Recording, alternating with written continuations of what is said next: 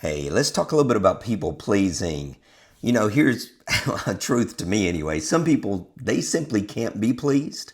And if they can, chances are pretty high they already are. Because people who can't be pleased, no matter what you do, they're not gonna be. You've got to hit some certain bar or level that nobody's even established. Nobody's even said this is it. And I bet you've noticed, people pleaser, that you've even thought you understood exactly the mark you were supposed to hit. You hit it, and they still weren't pleased. Natalie Elizabeth Ellis has some quotes that I feel like are really great for us that are people pleasers. She says this: if we don't say yes authentically, we say yes resentfully, and that leads to far more problems than if we had said no in the first place. What a great point.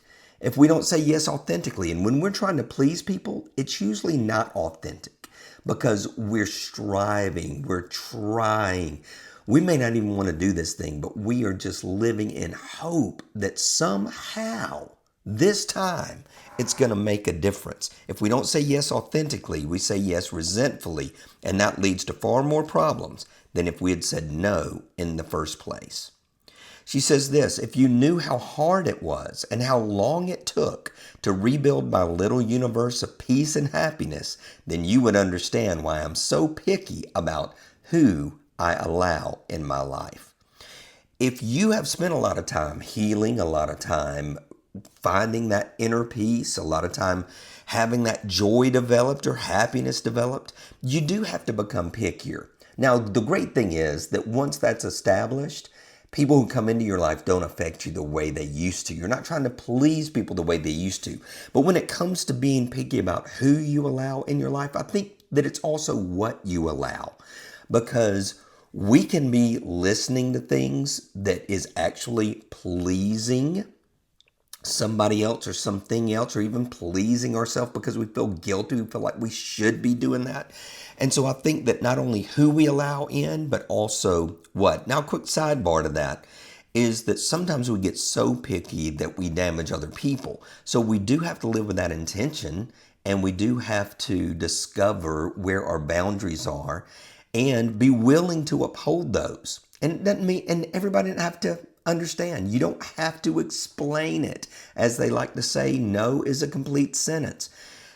Don't feel like somebody is owed a explanation when you just simply say, no, I'm not doing that. No, you don't even have to say that's pushing my boundaries or you're crossing my boundaries. Sometimes we get a little bit of pride in there and we want to use this to make somebody else feel bad.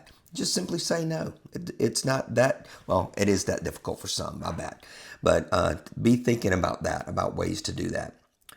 Hard truth. Sometimes showing up for yourself means disappointing other people. You have to learn to be okay with that. Sometimes showing up for yourself means disappointing other people. You have to learn to be okay with that. And it is a learning. It is not automatic. And what's learned over time is that when you sometimes disappoint other people, it's not for that long. I've disappointed no telling how many people in my life, and there's probably only a handful that even remember that it even happened. In that moment, it seems like a big deal. In that moment, it seems like we're really disappointing this person, and oh, they're going to go and talk to other people about us. Most of the time, they don't. We say no, they invite somebody else. We say we can't do it, they bring somebody else into the picture. We say that's not my work or not my best work. There's been plenty of times when I've said, you really don't want me on that? I'm not any good at it. And sometimes they've talked me into it, and it turned out really bad. Because I knew myself, I knew my strengths well enough to know that I did not need to be involved in that. The problem is we think that speaking our truth might ruin the relationship, when in reality, resentment from words unsaid will ruin the relationship. This is great, especially when we're trying to please somebody that's ultra close to us or that we are in a true relationship with, not just a work relationship. And so we'll leave some things unsaid. Now, I probably err on the wrong side, and Marla really helps me out with this. I'll say just about anything. And I will force issues, and I do not mind bringing questions into a scenario that I think might be a little bit off. But that's my personality. Everybody does not need to do this. However, sometimes we'll hold back because we're trying to please somebody and we think it's going to make things better. And we end up resentful. We end up hurt. We end up wondering why, when we put forth all that effort, why wasn't it recognized? And why weren't they happy with what I did? I was doing it for them.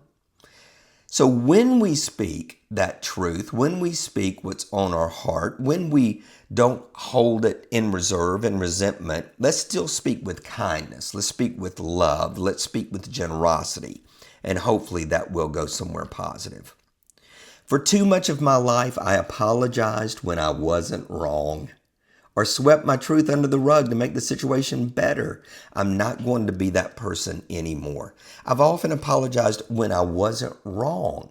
That's interesting. A lot of us do that. We weren't wrong. We just apologized to make the other person feel better, to take the blame. Maybe there's an occasional time to do that. I don't know, but you've got to be pretty strong to accept that and not allow it to impact you. But let's just say that you're just sweeping your truth under the rug. You can say, I totally understand how you feel that way. Totally, you've got every right to feel that way, and you're still not apologizing.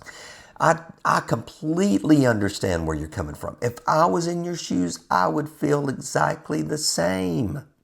So some things that we can do. I love those quotes. I think they're great for the people pleasers among us. And as I started with, let me close with, some people simply can't be pleased. And if they can, they already are. Let's spend a lot of time pleasing the ones already pleased. And let's be cautious. And let's be careful trying to please those who can't. Be blessed.